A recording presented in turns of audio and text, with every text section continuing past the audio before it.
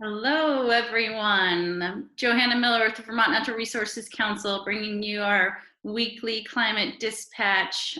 Privileged to be joined by Representative Mari Cordes of Lincoln, representing Lincoln, Bristol, Moncton, and Duxboro. Duxboro. That's right. Four fabulous towns. So I'm grateful to have Representative Cordes with us here today. She is a registered nurse by profession on the Healthcare Committee in the House and on the leadership team of the Climate Solutions Caucus. Just wanted to start this by saying that we continue to be thinking of you all and of Vermonters, and hoping that everyone is as healthy and safe and secure as possible. The most pressing need in this moment is to make sure that our fellow Vermonters are doing well. And at the same time, it's really important to be thinking about how we move through this crisis and into recovery mode in a way that is strategic and equitable, and really focuses on combating another crisis we face, which is the climate crisis. And yesterday, the Climate Solutions Caucus met for the first time as a legislative caucus, and there was a focus still necessarily on, again, making sure that Vermonters are protected in this crisis moment.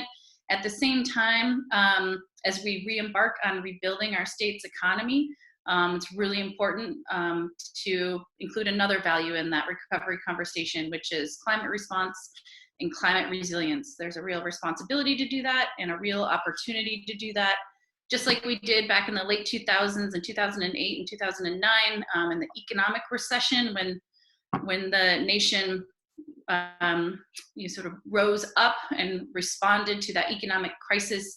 We invested in strategies that had multiple benefits, like weatherization and energy efficiency. And this is the time to do that as well, as we thinking about putting our economy back together and people back to work. There's tremendous opportunity and need in doing that, and putting people to work in clean energy jobs, and making sure that people are saving money and are living in healthy homes that are weatherized. And so we're looking for those opportunities for mutual benefits as we move through this crisis. And at the same time, it's really important to note that people are helping Vermonters in a crucial moment. And Representative Cordes is in the mix there in her professional life as a nurse at the UVM Medical Center, and our public healthcare professionals are in the front lines, and we are indebted to them in such a significant way. And want to turn it over to Representative Cordes to give us an update about, from her perspective, in her many leadership roles, what's happening and how we can help and really support this critical partner of our public healthcare community. So Representative Cordes, thank you for being here today, and give us an update from your many perches. Thank you, Joey, and hi everyone in virtual Vermont and the surrounding area. I too have been thinking of you all every day, hoping everyone is doing as well as possible right now. And I know that many people are struggling, some more than others, and most everyone is making sacrifices right now for the benefit of everyone. So we're now in a situation where the view and the motivation is public facing, and I really appreciate that. Because it's having a big impact on the rate of infection, the death rate in Vermont. So it is by focusing on public health and a public response and being unified in our response, we're not only making it better for everyone in the long term, because if we have fewer infections and fewer deaths, if we're able to manage it better, we'll have the economic and health and community impacts will be less dire. So everyone pitching in has been, it's been a phenomenal thing to witness, especially as a healthcare provider. And yes, I'm a registered nurse. I've worked as a registered nurse in Vermont, I think 31 or 32 years. Have also been involved in a lot of medical disaster relief in Vermont, in the country, in different places in the globe. And there are humanitarian principles that guide everyone when we're doing disaster relief, and the humanitarian imperative must come first. But we also have to be cognizant of existing systems that even before the crisis created unfair, unequitable situations for people, whether you're talking about health or poverty or housing or transportation. So those have to be considered front and center as well. And as a state, we are doing better, and we can still do better. The Human Rights Commission did step forward and ask the Public Health Department to collect data on race and ethnicity, as well as the other criteria that data that we were capturing around gender and location. And because we can't address structural racism or other structural oppression without data. So to its credit, the Public Health Department did start doing that, and in a retrospective way was able to add that very necessary information to previous encounters with patients in Vermont. So again, the humanitarian imperative comes first. As well as always having the lens and the perspective of the voices of people who most often are left out. And so that's one of my jobs as an elected leader and in-house healthcare, and will, as well as with other committee members, bring up those issues of the intersections of all of these systems, and again, who gets left out, who do we need to bring to the table. So what I'm seeing at UVM Medical Center is reassuring. There have been issues, yes, and I'm grateful to be a proud union nurse and have the support of Vermont Federation of Nurses and Health Professionals to help work with the administration to make sure issues that may have been missed are addressed, like the parking situation where healthcare workers, because there's so many staff members, have to use buses from outlying parking areas to get to work. And so we needed a different system to allow people to park closer to on-site so they weren't riding buses together, potentially transmitting COVID. But I think that I know that the hospital and the hospital systems and the public health department and the state administration have done a really good job, all in all, in identifying what emergency response would look like, and making strategic plans, enacting them. I think they were starting the conversations in January, definitely by February, so that we are currently prepared for a surge larger than we've seen. And I want to encourage everyone to continue with the physical distancing and social connecting in order to keep as we transition over the next few or many months into opening up our society a little bit more, to continue following the practices that are requested by the science, by scientists, and by the government being um, educated by those scientists, like the public health department. Um, but currently, I think that we've had at UVM Medical Center, we've had 30 staff members that were infected with COVID. We've now gone a couple weeks without having a new infection. And I think the majority of those staff members have been able to come back to work, and they will be able to come back to work once they're completely well. Currently, we do have enough personal protective equipment. However, we were constraining our use of them because of the concern that if we did get a big surge, we would definitely run into a lack of personal protective equipment. And hence the changes at the CDC level and at the state level and at the hospital level that now is recommending that people wear cloth masks. For example, if you're not a healthcare worker in direct contact with patients.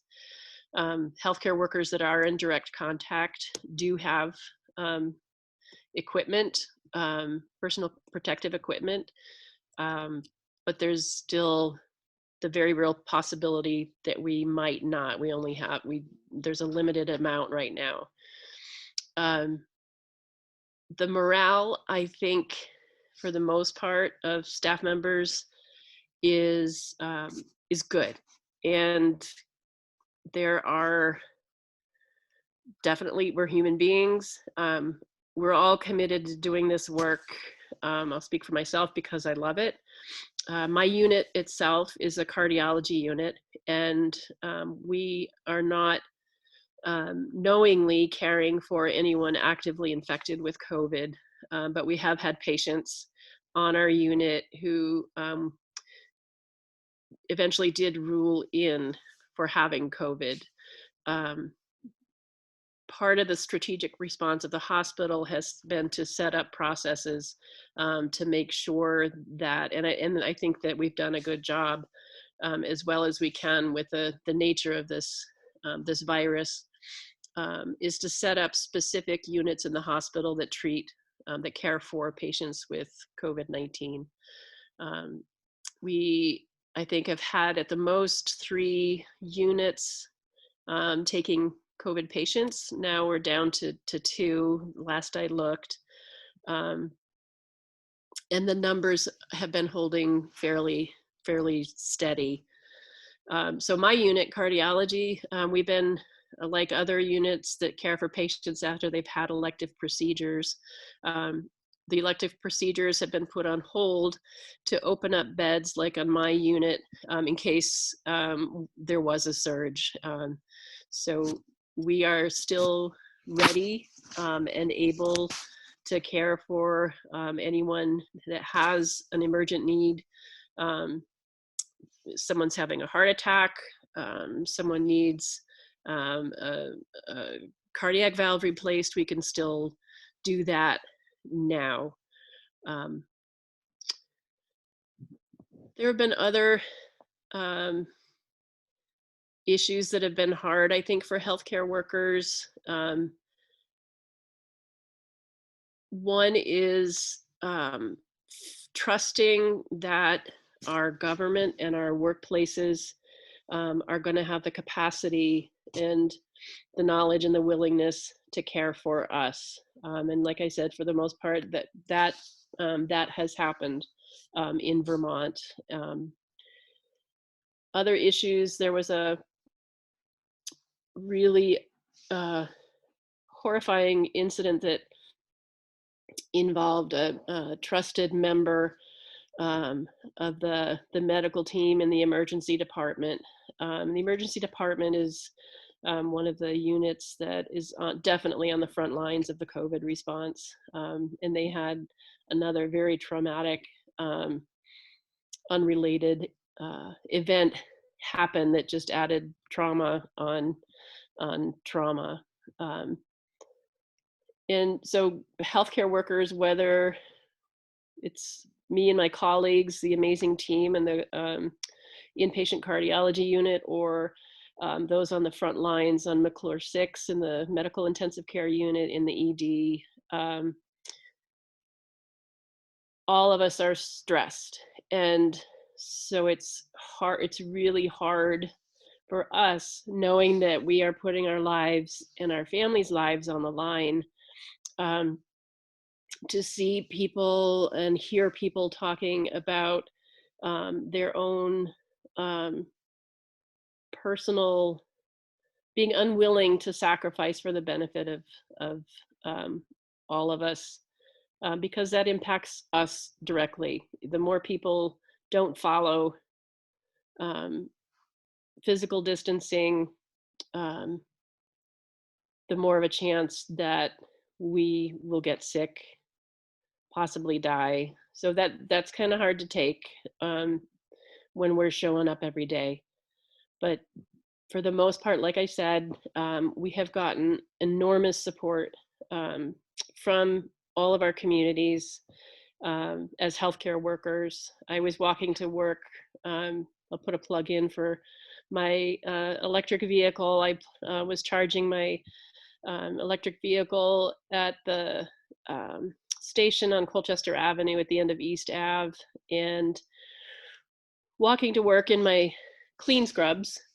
And just in that short distance of a quarter of a mile walk to the hospital, people would slow down with their windows rolled up, but mouth thank you to me and make prayer mudras at me. And so for the most part, we feel incredibly supported. And there's been a lot of work behind the scenes. There's a great group of medical students with the help of physicians who started a group where people could donate personal protective equipment. And I know that link's going to go out for all of you out there in virtual Vermont. You can check that out if you have any personal protective equipment or know someone that does. There's a way to get that to healthcare providers. There's another link. UVM Medical Center has a link also about how you might be able to contribute. And then from my union, Vermont Federation of Nurses and Health Professionals, we ask that you continue to communicate, encourage the state administration, the governor in particular, to make sure that we have in Vermont, that they're doing everything possible to get personal protective equipment for healthcare providers. And I just also want to put a plug in there for, even though we're talking about healthcare right now, also for all of the frontline workers in retail, anyone that is providing services and is having to stay open right now for us. Yes, and I just want to echo that and say thank you to Representative Cordes, and to say that we will share those links. We'll share a link to the Climate Solutions Caucus meeting that happened yesterday, and we're going to continue to connect with you and with our fellow Vermonters in different ways, and try to show up for folks who are on the front lines. Again, our public health care sector is in the midst of that in the most vulnerable and powerful and essential way. So thank you, Representative Cordes, for all you do, and you're wearing your many hats, and to all of your colleagues. And we're going to continue to try and find ways to support those who are helping us eat, helping us get the essential services and things that we need, whether it's in our pharmacies or, you know, I think about the UPS and FedEx drivers that are busier than ever, and our postal system, and like, so any of these, I have such gratitude, and we're looking for ways at VNRC, and in partnership with our legislative allies and with our partners and the different coalitions that we coordinate, to figure out ways how we show up in this critical moment and then move through it in a really strategic and sustainable way. So this is an ongoing conversation. Sounds like next week we're going to be hearing from my colleague Ian, who is working closely at the command center in central Vermont with many different organizations, really looking to help Vermonters access what they need in this critical moment. So gratitude to you, Mari, to everyone. Say one more thing. I do have one more thing. Thank you, Joey. Before COVID-19, in terms of thinking about the climate crisis and how can we unite around making really solid steps forward to address the climate crisis. And I would think about all the times in our country's history where we did unite around a common enemy. And those were mostly around war, but it was also around, it just flew out of my head, mostly around war, around the Depression. And then, you know, it's the 50th anniversary of Earth Day, and I watched a video of Walter Cronkite talking about the incredible work that came out of the protests around Earth Day and the rallies, and that work and more led to the Clean Air Act, the Clean Water Act. So now when we're thinking about the immediate economic and other crises, because everything's connected, it's all interrelated. I wouldn't have wished the COVID-19 pandemic as our common enemy, but in fact, that's what's happened. For the most part, we're united across the country. It has had the impact of lessening emissions globally. So I just say that as a note of encouragement that we can. There are always going to be the questions of how do we pay for it, who pays for it. But I think we need to be much more creative, and I expect to be held accountable as an elected leader to make sure that we are as creative as possible in moving forward and creating this world that I believe is possible, that is much more equitable, much more inclusive, and that is green. I think we can do it. And where we're at right now, I think indicates that we do have the capacity to think and act creatively. I couldn't agree more. That is a great way to close it out. We are in a transformative moment. We have an opportunity to show up. Let's move through this. We're not propping up the status quo, which is dirty and inequitable. We know that the oil industry is figuring out ways to get in there and do whatever they can to, continue business as usual. And we have a moment in time at this moment to make transformative change that is really inclusive and strategic and sustainable, and that's what we need to do. So in partnership with so many leaders like Representative Cordes and all of you. So please stay in touch, visit the links that we share. If you have ideas for how we can be helping our fellow Vermonters in this moment, please do share them. We'll be back at next week, and really just sending love from afar. So thank you again, Mari, and best to everyone. Bye, y'all. Big love.